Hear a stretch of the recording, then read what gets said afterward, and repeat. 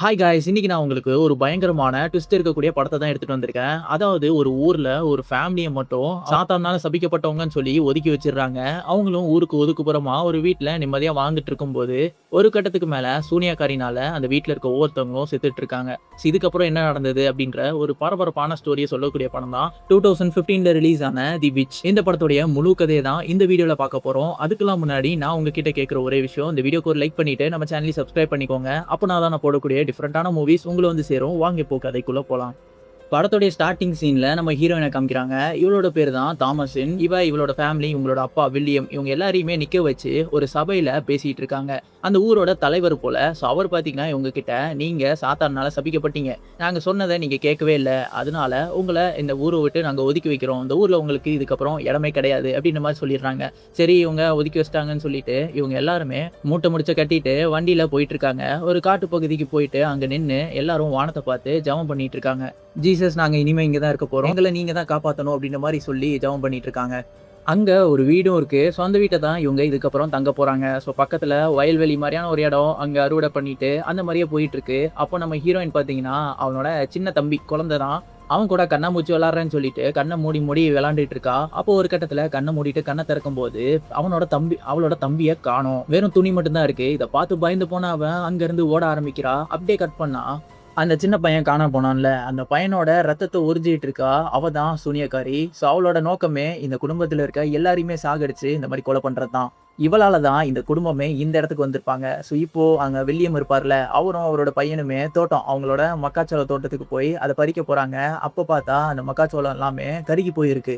அப்போ அந்த வில்லியம் அவரோட பையன்கிட்ட, "இங்க பாரு, நேத்து குழந்தைய காணோம். இன்னைக்கு மக்காச்சோளம் எல்லாமே அழுகி போயிருக்கு. ஸோ இத வச்சு பார்க்கும்போது எல்லாமே சாத்தானோட வேலை மாரி தான் தெரியுது. நம்ம இன்னைக்கே குழந்தைய தேடி ஆவணும். அதனால காட்டுக்குள்ள போலான்னு" சொல்லிட்டு 2 பேருமே காட்டுக்குள்ள அந்த குழந்தைய தேடி போக ஆரம்பிக்கிறாங்க. அவங்க கையில பழைய காலத்து துப்பாக்கி ஒண்ணு இருக்கு. அத எடுத்துட்டு போயிட்டுருக்கும்போது, அவங்க வளர்க்குற ஒரு நாய் பார்த்தீங்கன்னா, முயல பார்த்து குலைக்க ஆரம்பிக்குது. இத பார்த்தோனே, இது சரியா படல. அந்த முயல ஷூட் பண்ணணும்னு சொல்லிட்டு, வில்லியம் ஷூட் பண்ண போறாரு. அப்ப ஷூட் பண்ணும்போது, அவரோட துப்பாக்கி பார்த்தீங்கன்னா, அவரோட தலையில பட்டு வலி பயங்கரமா எடுக்க ஆரம்பிக்குது. அந்த வலியில துடிச்சிட்டு இருக்க நம்ம ஹீரோயின காட்டுறாங்க. அவ பார்த்தீங்கன்னா, வீட்டுக்குள்ள அந்த குழந்தையோட சத்தம் கேட்குது. அவளும் யார்ரா அது அப்படின்னு சொல்லிட்டு துணிய நவுத்திட்டு பார்க்குறா. பார்த்தா அவங்க அம்மா அழுதுட்டு இருக்க மாரி தெரியுது. இத பார்த்த இவளுக்கும் சந்தேகமா இருக்கு. அதுக்கப்புறமா இவங்க கோழி வளர்த்துட்டு இருப்பாங்க. அதுல இருக்கிற ஒரு முட்டைய இவ எடுக்கும்போது, அந்த முட்டை கை தவறி கீழ விழுந்துரும். அதுல அந்த முட்டை உடைஞ்சு உள்ள இருக்கிறது ஒரு அழுகி போன கோழி மாரி இருக்கு. இத பார்த்தோனே இவளுக்கு ரொம்பவே சந்தேகமாயிடுது. இத பார்த்துட்டு பயந்து போய் அவ அங்கருந்து இன்னொரு இடத்துல ஒரு குழிய தோண்டிட்டு இருக்கா. எதுக்காகன்னு பார்த்தீங்கன்னா, அந்த அழுகி போன கோழி குஞ்சையுமே புதைக்கிறதுக்காக தான் அவ இப்படி பண்ணிட்டு இருக்கா. இப்போ நம்ம வில்லியமோட 2 சின்ன பசங்க அங்க விளையாடிட்டு இருக்கும்போது, ஒரு ஆடு அவங்கள முட்ட வருது. அந்த நேரம் கரெக்ட்டா நம்ம வில்லியம் அத புடிச்சு அந்த ஆட்ட ஒரு இடத்துல கட்டி வச்சுடுறாரு. அடுத்த சீன்ல நம்ம ஹீரோயினு ஒரு தண்ணி பக்கத்துல உட்கார்ந்து துணிய துவைச்சுட்டு இருக்கா. அப்போ அவளோட தம்பி பார்த்தீங்கன்னா, அந்த இடத்துக்கு வரான். ஸோ அவனும் பார்த்தீங்கன்னா, அங்க உட்கார்ந்துட்டு அப்படியே அவங்க அக்காவோட உடம்ப பார்த்தீங்கன்னா, ஒரு மாரி பார்க்க ஆரம்பிக்கிறான். இத நம்ம ஹீரோயினும் கவனிச்சுட்டு, அப்போ அவ தம்பிகிட்ட, "நீ என்ன பார்த்தல, வா" அப்படின்னு சொல்லி அவள இறுக்கமா அணைச்சுக்கிறா. இப்போ அன்னைக்கு நைட்டு பார்த்தீங்கன்னா, எல்லாருமே ஜெபம் பண்ணிட்டு அப்படியே சாப்பிட்டுட்டு இருக்காங்க. அப்போ வெளிய ஏதோ விலங்குகள்லாம் கத்துற மாரி சவுண்ட் கேட்குது. நம்ம வில்லியமும் லைட் எடுத்துட்டு வெளிய போய் பார்க்குறாரு. அந்த இடத்துல இவங்க வில்லியமும் அவனோட பையனும் பார்த்தீங்கன்னா, காட்டுக்குள்ள ஒரு முயல பார்த்துருப்பாங்கல்ல, அதே முயல் அங்க இருக்கு. அப்படியே அந்த சீன கட் பண்றாங்க. இப்போ நம்ம ஹீரோயினோட அம்மா ரொம்பவே சோகத்துல இருக்காங்க. ஏன்னா, அவங்களோட சின்ன குழந்தைய வந்து தொலைச்சிருக்காங்க. என்னதான் இருந்தாலும் அவங்க அம்மா தானே. ஸோ அதனால அவங்க ரொம்பவே ஃபீல் பண்ணிட்டு இருக்கும்போது, வில்லியமும் வந்து சமாதானப்படுத்திட்டு இருக்காரு. இதெல்லாம் பார்த்த நம்ம ஹீரோனோட தம்பியுமே அவன எப்படியாவது கண்டுபிடிக்கணும்னு சொல்லிட்டு 2 பேரும் குதிரைய எடுத்துட்டு காட்டுக்குள்ள போயிட்டு இருக்காங்க. அந்த நேரம் இவங்க வளர்த்துட்டு இருக்க நாய் மறுபடியும் குலைக்க ஆரம்பிக்குது. என்னன்னு பார்த்தா, அதே முயல் அந்த இடத்துல வந்து நிக்குது. இந்த முயல் யாரா இருக்கும்னு சொல்லி நமக்கே தெரியல. பட் அப்போ அந்த தம்பி என்ன பண்றான், அவன் கையில ஒரு கன் வேற வச்சிருக்கான். ஸோ நான் இந்த முயல பார்த்துக்கிறேன்னு சொல்லிட்டு முயல தொரத்திட்டு அவன் ஓட ஆரம்பிக்கிறான். அந்த முயல பார்த்து பயந்து போன அந்த குதிரை நம்ம ஹீரோயின கீழ தள்ளி விட்டுட்டு அது பாட்டுக்கு போயிரும். இவளும் மயக்கம் போட்டு கீழ விழுந்திருப்பா. ஸோ இந்த சத்தத்தெல்லாம் கேட்டுட்டு அவங்க அப்பா, அம்மா வில்லியமும் அவங்களோட ஒய்ஃப் 2 பேருமே வந்து அவங்க பசங்கள சவுண்ட் போட்டு கூப்பிட்டுட்டு இருக்காங்க. எங்க இருந்தாலும் இங்க வந்துருங்க அப்படின்ற மாரி கத்திட்டு இருக்காங்க. எப்படியோ நம்ம ஹீரோயின் மட்டும் கண் முழிச்சு இவங்க அப்பா, அம்மா கிட்ட வந்துடுறா. ஆனா இந்த தம்பி பார்த்தீங்கன்னா, அந்த முயல ஃபாலோ பண்ணிட்டே போனான்ல, அப்போ ஒரு இடத்துக்குள்ள இருந்து ஒரு அழகான பொண்ணு வெளிய வரா. அவள பார்த்தோனே இவனும் மயங்கி போயிடுறான். பக்கத்துல போறான். நெருக்கமா போக அப்படியே அந்த ஒரு பொண்ணுமே அவன கட்டி பிடிக்க, அப்போ அவ கைய காட்டுறாங்க பாருங்க. அதுவுமே ஒரு சூனியக்காரி தான். அந்த இடத்துல அந்த சீன் கட் ஆகுது. இப்போ வீட்டுக்குள்ள நம்ம வில்லியமோட வைஃப் பார்த்தீங்கன்னா, என்னோட குழந்தை தொலைஞ்சு போச்சுன்னு சொல்லி கதறி அழுதுகிட்டு இருக்காங்க. அத பார்த்த வில்லியமும், "நீ எதுவும் கவலைப்படாத. நம்மளோட குழந்தை எங்கேயும் போயிருக்காது. நான் அத கண்டுபிடிச்சு தரேன்." அப்படின்ற மாரி சொல்றாரு. ஆனா அதுக்கு அவ பார்த்தீங்கன்னா, "குழந்தைய நம்மளால மீட்டு கொண்டு வர முடியாது." அப்படின்ற மாரி சொல்றா. "இத நீ எப்படி சொல்ற?" அப்படின்ற மாரி அவரு கேட்டதுக்கு, அவங்க டக்குன்னு அவரோட கன்னத்துல பலார்ன்னு சொல்லி ஒரு அற அரஞ்சிடுறாங்க. இப்போ வீட்டுக்குள்ள இருந்த ஹீரோயினும் வெளிய ஏதோ நடக்குதுன்னு சொல்லிட்டு அவங்க வளர்க்குற அந்த ஆடுகள அவ வந்து தொட்டு ரசிச்சுட்டு இருக்கா. அப்போ ஏதோ ஒரு உருவம் தெரியுது. அது வேற யாரும் இல்ல. இவளோட தம்பி தான். ஸோ அவள கொண்டு வந்து வீட்டுக்குள்ள படுக்க வைக்கிறா. இப்போ அவனோட மைண்ட்ல இருக்கிற எல்லா கெட்ட விஷயமும் வெளிய போணும் அப்படின்றதுக்காக, அவனோட தலையில கத்திய வச்சு ஒரு கீறி விடுறா. அது மூலியமா அவனோட ரத்தம் வந்து வெளியேறிட்டு இருக்கு. அப்படியே இப்போ காலையில காமிக்கிறாங்க. நம்ம ஹீரோயின் எப்பயும் போல ஆட்டுப்பால வந்து கறந்துட்டு இருக்கும்போது, பாலுக்கு பதிலா ரத்தமா வந்துட்டு இருக்கு. இவளால நடக்கிற எந்த விஷயத்தையுமே புரிஞ்சுக்கவே முடியல. அப்போ நம்ம வில்லியமோட வைஃப் பார்த்தீங்கன்னா, ரொம்பவே அழுதுட்டு இருக்காங்க. ஏன்னா, அந்த பையன் வந்து கண் முழிக்கவே இல்ல. அவன் அப்படியே படுத்த இடத்துல அப்படியே தான் இருக்கான். அத பார்த்து அழுதுட்டு இருக்கவும், வில்லியம் வந்துட்டு அவங்க கிட்ட, "இங்க பாரு, இன்னும் எத்தன நாள் நீ இப்படியே அழுதுகிட்டே இருக்க போற? வந்து சாப்பிடு" அப்படின்ற மாரி சொல்றாரு. அதுக்கு அவங்களும், "நம்ம பையன எவ்வளோ ஆசையா வளர்த்துருப்பேன். இப்படி அவன் கண் முழிக்காத மாரி படுத்திருக்கானே" அப்படின்ற மாரி ரொம்பவே ஃபீல் பண்றாங்க. சரி, இவங்க சாப்பிடணும் அப்படின்றதுக்காக அவங்க வளர்க்குற அந்த சோள தோட்டத்துக்குள்ள போய் மக்காச்சோளத்த அவர் வந்து பறிச்சிட்டு இருக்காரு.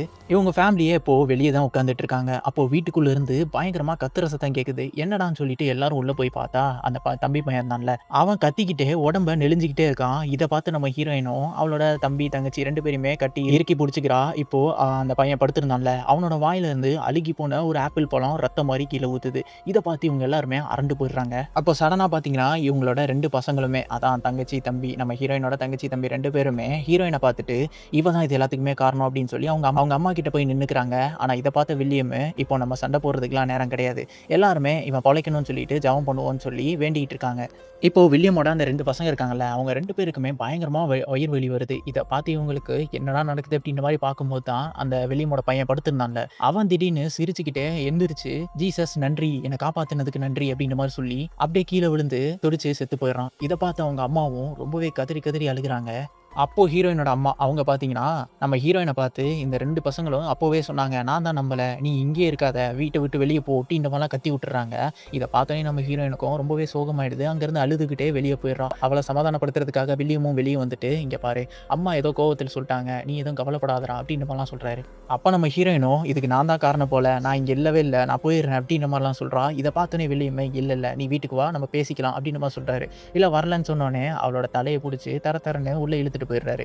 அங்க போனா வில்லியமோட வைஃப், "இவள எதுக்கு உள்ள கூட்டு வந்தீங்க?" அப்படின்ற மாரி சண்டை போட ஆரம்பிக்கிறாங்க. அப்படியே அந்த 2 சின்ன பசங்களும், "இவ தான் எல்லாத்துக்கும் காரணம். இவள கூட்டு வந்தது எதுக்காக?" அப்படின்ற மாரிலாம் கேட்குறாங்க. அப்போ இந்த நேரத்துல நம்ம வில்லியம் என்ன பண்றாரு, அந்த 2 குட்டி பசங்களையும், நம்ம ஹீரோயின் 3 பேரையுமே வந்து ஒரு ஒரு இடத்துக்குள்ள அடைச்சு, அந்த டோரையுமே வந்து நல்லா ஆணி அடிச்சு லாக் பண்ணிடுறாரு. இப்போ வில்லியம் என்ன பண்றாரு, இறந்து போன தன் மகன புதைக்கிறதுக்காக ஒரு குழிய தோண்டுறாரு. அதுக்குள்ள மகன போட்டோனே, நம்ம வில்லியமோட வைஃப்மே கட்டி பிடிச்சு ரொம்பவே அழுகுறாங்க. இப்போ உண்மையிலேயே சூனியக்காரி யாரு? இவனா? இல்ல வில்லியமோட வைஃபா? இல்ல உண்மையிலேயே நம்ம ஹீரோயின் தானா? அப்படின்றது நமக்கே புரியல. அப்படியே கொஞ்ச நேரம் கழிச்சு வில்லியமோட வைஃப் தூங்கிட்டு இருக்கும்போது, முன்னாடி அந்த சின்ன பையன் இறந்து போனான்ல, அவன் உயிரோட வந்திருக்கான். அது மட்டும் இல்லாம அந்த காணாம போன சின்ன குழந்தையுமே அவன் கையில வச்சிருக்க மாரி தெரியுது. இத பார்த்தோனே இவங்களும் அந்த குழந்தைய கையில வாங்குறாங்க. ஸோ அத வாங்குன பிறகு அவங்க பால் குடுக்க ஆரம்பிக்கிறாங்க. அப்படியே இந்த சைடு பார்த்தீங்கன்னா, நம்ம ஹீரோயின் அந்த 2 சின்ன பசங்கள அடைச்சு வச்சிருப்பாங்கல்ல, அந்த 2 சின்ன பசங்களும் ஒரு உருவத்த பார்த்து பயப்பட ஆரம்பிக்குதுங்க. பக்கத்துல போய் பார்த்தா, அந்த சூனியக்காரி தான் துணியே இல்லாம அங்க உட்கார்ந்திருக்காங்க. இப்போ இந்த சைடு வில்லியமோட வைஃப் வந்து அந்த குழந்தைக்கு பால் குடுத்துட்டு இருந்தாங்கல்ல, அது குழந்தையே கிடையாது. அது ஒரு காக்கா. அந்த செகண்ட் அப்படியே மிரட்டி விட்டுருவாங்க. இப்போ விடிய காலையில வில்லியம் வெளிய வந்து பார்க்குறாரு. அங்க ஒரு ஆட்டு பண்ணை இருக்கும்ல. அந்த பண்ணையில இருக்கிற எல்லா ஆட்டையுமே ஏதோ ஒண்ணு கொன்னுட்டு போயிருக்கு. அது மட்டும் இல்லாம அந்த 2 சின்ன பசங்களையுமே கொன்னுருச்சு. நம்ம ஹீரோயின் மட்டும் தான் எப்படியோ தப்பிச்சிருக்கா போல. இதெல்லாம் பார்த்து ஷாக்ல நின்னுட்டு இருக்கும்போது, அங்க வந்து இன்னொரு ஆடு பார்த்தீங்கன்னா, இவர குத்தி அந்த இடத்திலேயே சாகடிச்சிடுது. இப்போ இத பார்த்த ஹீரோயின் முன்னாடி வந்து நிக்கும்போது, அங்க வீட்டுக்குள்ள இருந்து வந்த வில்லியமோட வைஃப் நம்ம ஹீரோயின போட்டு அடி அடின்னு அடிக்க ஆரம்பிக்கிறா. "இது எல்லாத்துக்கும் நீ தாண்டி காரணம்" அப்படின்னு சொல்லி அடிச்சு கொல்ல போக, அந்த நேரம் இவ வேற வழி இல்லாம கீழ இருக்கிற கத்திய எடுத்து அவ அம்மான்னு கூட பார்க்காம, அவங்கள அந்த இடத்திலேயே குத்தி கொன்னுடுறா. இதெல்லாம் முடிச்சுட்டு இப்போ வீட்டுக்குள்ள போறா பாருங்க. அங்க ஒரு புக் இருக்கு. அப்படியே அவ பார்த்தீங்கன்னா, யாரு கூடயோ பேசிக்கிட்டே இருக்கா. அந்த இடத்துல துணியெல்லாம் கழட்டி போட்டுட்டு, அங்க இருந்து காட்ட நோக்கி நடக்க ஆரம்பிச்சிடுறா. உள்ள பார்த்தீங்கன்னா, இவள மாதிரியே சூனியக்காரியால சபிக்கப்பட்டவங்க நெறைய பேர், பாதிக்கப்பட்டவங்க நெறைய பேரு அங்க ஒரு தீ பந்தத்துக்கு முன்னாடி நின்னு கத்தி பாடிட்டு இருக்காங்க. இவளும் அவங்க கூட போய் சேர்ந்துக்க இப்போ எல்லாருமே அப்படியே பறக்க ஆரம்பிக்கிறாங்க மேல் நோக்கி. இவளும் மேல் நோக்கி பறந்துட்டு அப்படியே சிரிக்க ஆரம்பிக்கிறா. அந்த இடத்துல இந்த படத்தை முடிக்கிறாங்க. கடைசியில் ஒரு செம்ம ட்விஸ்ட் வச்சு பிடிச்சிருந்துருப்பாங்க. ஸோ உண்மையிலேயே சூனியக்காரியாக பாதிக்கப்பட்டு இவங்களை வந்து பழிவாங்க வந்தது இந்த பொண்ணு தான். ஸோ நம்ம சேனலில் இது வரைக்கும் ஹாரரா இந்த மாதிரி படங்கள் ட்ரை பண்ணதே கிடையாது. பட் புதுசாக ட்ரை பண்ணலாமே அப்படின்றதுக்காக தான் இந்த படத்தை நான் எடுத்துகிட்டு வந்தேன். ஸோ இந்த படம் பிடிச்சிருந்ததா, இந்த மாதிரி ட்ரை பண்ணலாமா, இல்லை வேறு மாதிரி நம்ம ஆல்ரெடி போடுற மாதிரியே போடலாமா அப்படின்ற உங்களுடைய ஒப்பீனியன் வந்து கமெண்ட்டில் சொல்லுங்கள். அண்ட் நான் உங்களை அடுத்த ஒரு இன்ட்ரெஸ்டிங்கான மூவியில் வந்து சந்திக்கிறேன். Until then signing off.